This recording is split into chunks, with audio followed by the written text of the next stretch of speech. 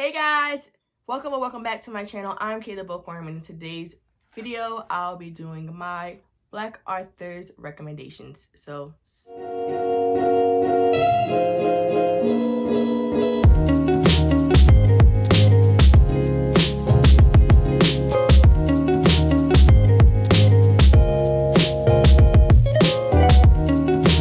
So I saw this tweet about a couple of months ago saying how a lot of Black authors who go independent don't get the recognition that they deserve. So I decided, because my channel is all about, uplifting Black authors, especially those that are independent, to do my first ever Black indies recommendation video. It was so many that I calculated from Twitter as well as my Facebook page that I probably am going to have to do this within maybe 3 series because it's so many. But today's series are about the ones that I have on my bookshelf and that the ones that I also interviewed for my author spotlights. If you guys don't know what that is, I do have a podcast called Brutal Honesty with Kay Renee, and every month I did a author spotlight where I read the books that the person that I did an interview on. I talk about the books, how they got started, and any recommendations that they would give of upcoming author. If you guys don't know, I also am an author. I just decided to go independent about a week ago, and I'm super excited to go on the journey. I'm nervous as hell, but I'm super excited at the same time. I am going to be rebranding everything, so stay tuned for that. But yeah, so let's get started. So the first book that I picked out of my collection is Let Me Be Your Motivation by Tay Mo'nae. Tay Mo'nae is an amazing author. So far she has 55 books that are on Amazon last time I checked. She's currently working on her 56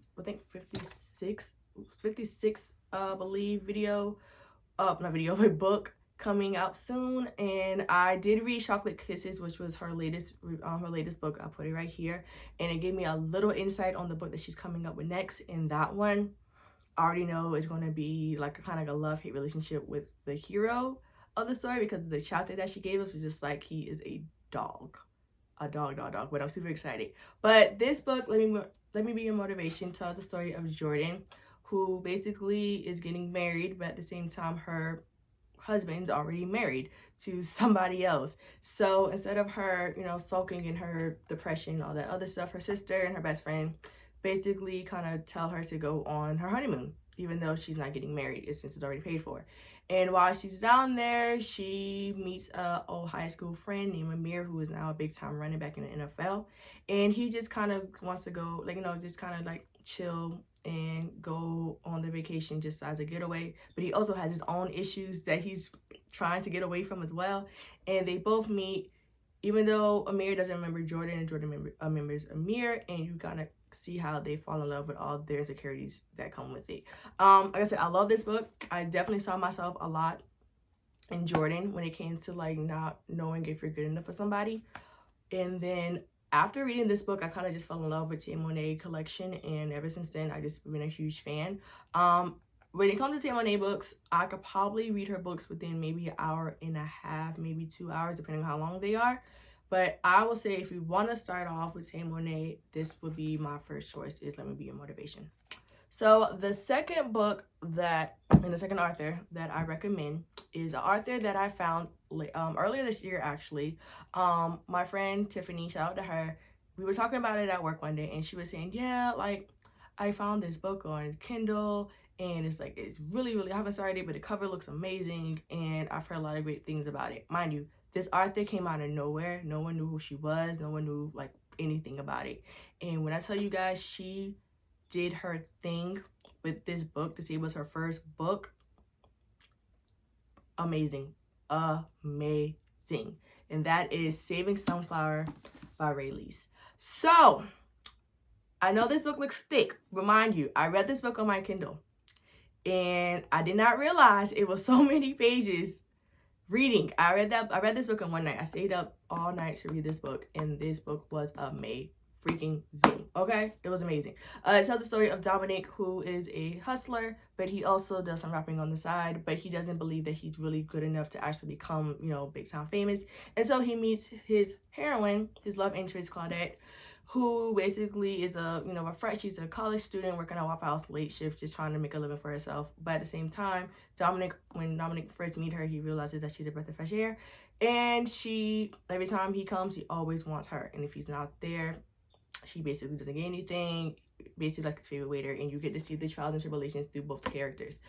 This book, definitely, I will say, is a slow burn, but it is so freaking worth it. This book was amazing, to say this was her first ever book. Even the Endgame, which is the second book that I do have, which tells the story of Josiah and his trials and tribulations as well, which is Dominic's cousin. You get to meet Josiah a little bit in this book. That book alone was also amazing. Funny story, I had to interview her on Super Bowl Sunday, and she just came out with the Endgame on Super Bowl Sunday, and I took all day until the time I had to get on Zoom to read that book. So I was fresh off reading it when I asked her my questions and all that stuff. But yes, definitely get this book, which is called Saving Sunflower. It is the first book of the Sun series, and then the Endgame, which is the second book, and then she has another book that's coming hopefully soon about one of another main characters that you meet in this book as well. So Rae Lyse, you did your thing, like, period, since you did your thing. So this is my second recommendation. For my third recommendation, I had to go with a Charleston native. I actually found her on Kindle as well. She has the Kai and Phi story, which is the Charleston love story, 1 and 2, and then Justice Rose, and then Terrell and Faze, and then Love Touchdown, and then like a whole other series basically with the Smithsons and the Washington clan. But I do love those books, I do. But my favorite book out of all of them, the Her entire collection, is The Love Spectrum.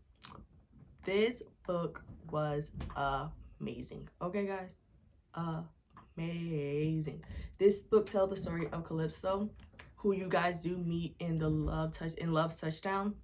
And he's a autism man who has a big-time restaurant. He's also a baker. And he gets to see how he basically sees like his best friends in love, and he realizes that he wants love for himself, but he kind of has an insecurity because he's autistic. He really feels like he will never find love, so he kind of just shuts it down real quickly. And so he meets his neighbor, who is Luna, who is kind of low-key back to herself, wanting to get a new glimpse of a new city in Charlotte. So she comes, she's a nurse, and once she meets Calypso, they realize that they like the same things.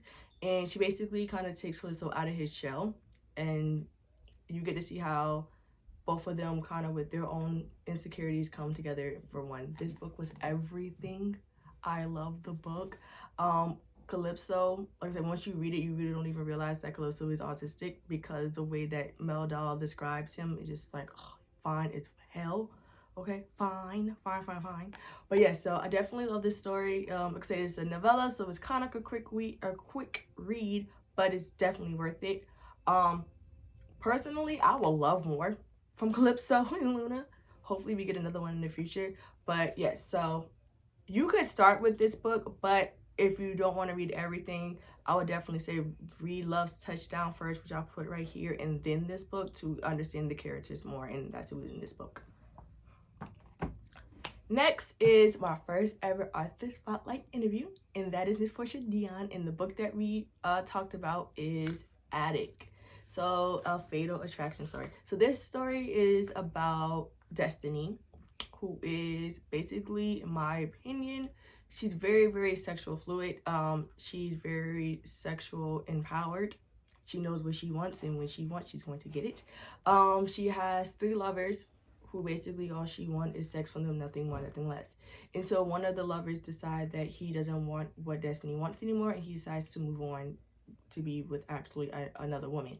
And you get to see how him leaving not only affects Destiny, but it also affects the other 2 lovers that are in their little square.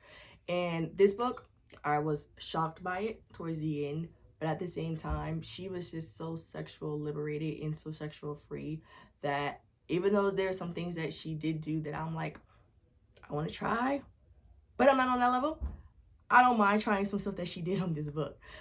This is my first ever read by Porsha Deun. I do have her other books, as well as she does have a children's story that is out too. but I feel as if this one is my favorite. She also did 2 spin-offs, which tells the story of the other 2 guys' perspective of what exactly happened in their mind. So yeah, but Porsha Deun Addict is my favorite one by her. Coming in at number 5 is B. Reed's Lies by the Gun. So this was actually in my top 10 of 2020 reads. If you guys have not seen that video, make sure you do. I'll leave it in the cards. But this tells the story of Yasmin, who is basically an interior design decorator, and she falls in love quickly with Cameron Cato Davis, and she thinks everything is Gucci and gold until she realizes the true size of Cato. And when she realizes that she can't take enough, she decides to leave and meets Kenyatta, who basically changes her outview on love. However, Cato is one of those guys where I'm not done with you until I say I'm done with you type persons, and basically kind of makes her life a living hell. And once you think that Yasmin has, like, you know, a breakthrough, you realize towards the end she's basically back to where she began. This book leaves you with a cliffhanger, so I'm super excited and super ready to read the second part of this book. I interviewed B. Reed's. She was my second person that I interviewed for my author spotlights, and she's just a sweet queen. Really, really down to earth. I definitely asked her a lot of questions when it came to self-publishing, as far as indie wise, because she's an indie author as well. And I'm just excited. She has a second book too, which is Smoke and Mirrors, which I do have here.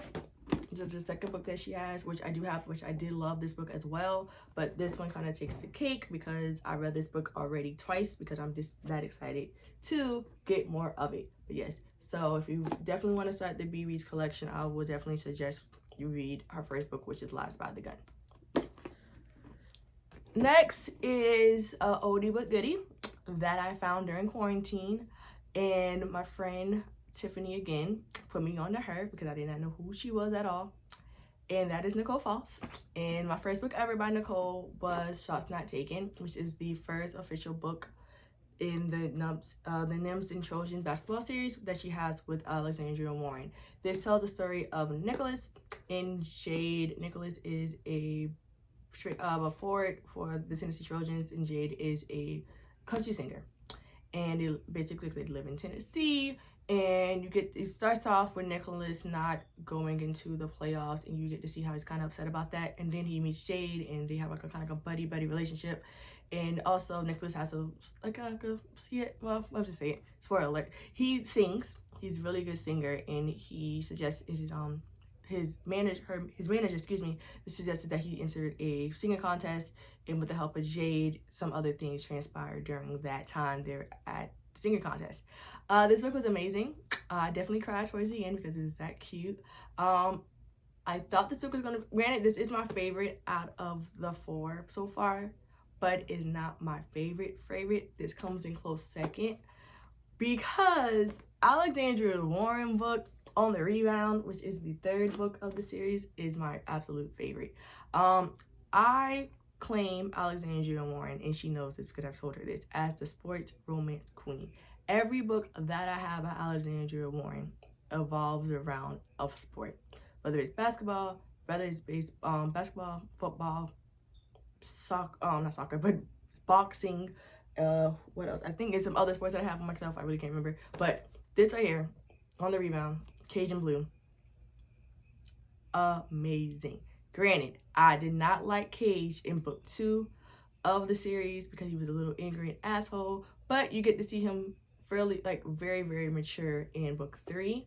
This tells the story of Cage, who's kind of like back then he was a rookie, now he's kind of like, you know, more responsibility on the team, and sports reporter Blue. And after one kiss that they have that happens in book 2, you get to see how that kind of transpires of them having a buddy relationship, but at the same time, they form a lot of relationships, a lot of feelings towards each other that buttles into a relationship later on.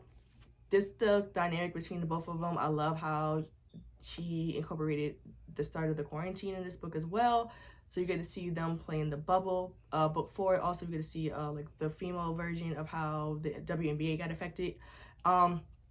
it was so cute. There's a scene in here that I love. I'm not going to spoil it. I'm not going to spoil that scene, but just know there's a scene in here that's very spicy and funny at the same time. But yeah, so Alexandra Warren, I had so many from her that I love that I just had to choose between all of them, and this right here is my favorite one out of hers. Out of her collection is my favorite one right here. Favorite one. Next, this was another hard one too because I have majority of her collection as well. But I kind of wanted to go with one that is a series, one that starts off the series, and now the fact that she's about to be finished with the series kind of breaks my heart. But if you want to read a good series that has a lot of urban situations, urban fiction situations in it, as well as a lot of Black love, as well as a gangster who is all about his women, I will highly suggest you start with The Corner of Olive and Oak, Getting Hills Short by Aubree Pynn. So this is not my first book that I read by Aubree Pynn. Let me just say that right now. I think my first book I read by her was Santa Baby. But I will say this is the first book that actually got me hooked on Aubree Pynn. This tells the story of Andrew and Palme, and I feel as if I pray that I'm saying her name right, and I'm not sure. And you get to see how Andrew is a fresh out of jail person, and Palme is the daughter of one of the big time gangsters that live in Getting Hills. And you get to see how the relationship kind of really unfolds quickly. And when I say quickly, quickly and hot and steamy. And also it introduces you to a lot of other characters that are in Getting Hills and how they have their own book for each one. Because she's about to end it, I might do just a Getting Hills video period and kind of just do some spoilers on that video because there's so many to talk about. But if you definitely want to start with this one, definitely do before the 10th book comes because it's worth it. I promise you it's worth it. She got me wanting to move to Getting Hills, and Getting Hills is a fictional story, fictional place. That's all I'm gonna say. Definitely this one. And I have one more that I just decided to pick, and I am going to do somebody that started it all. If you guys know, you know.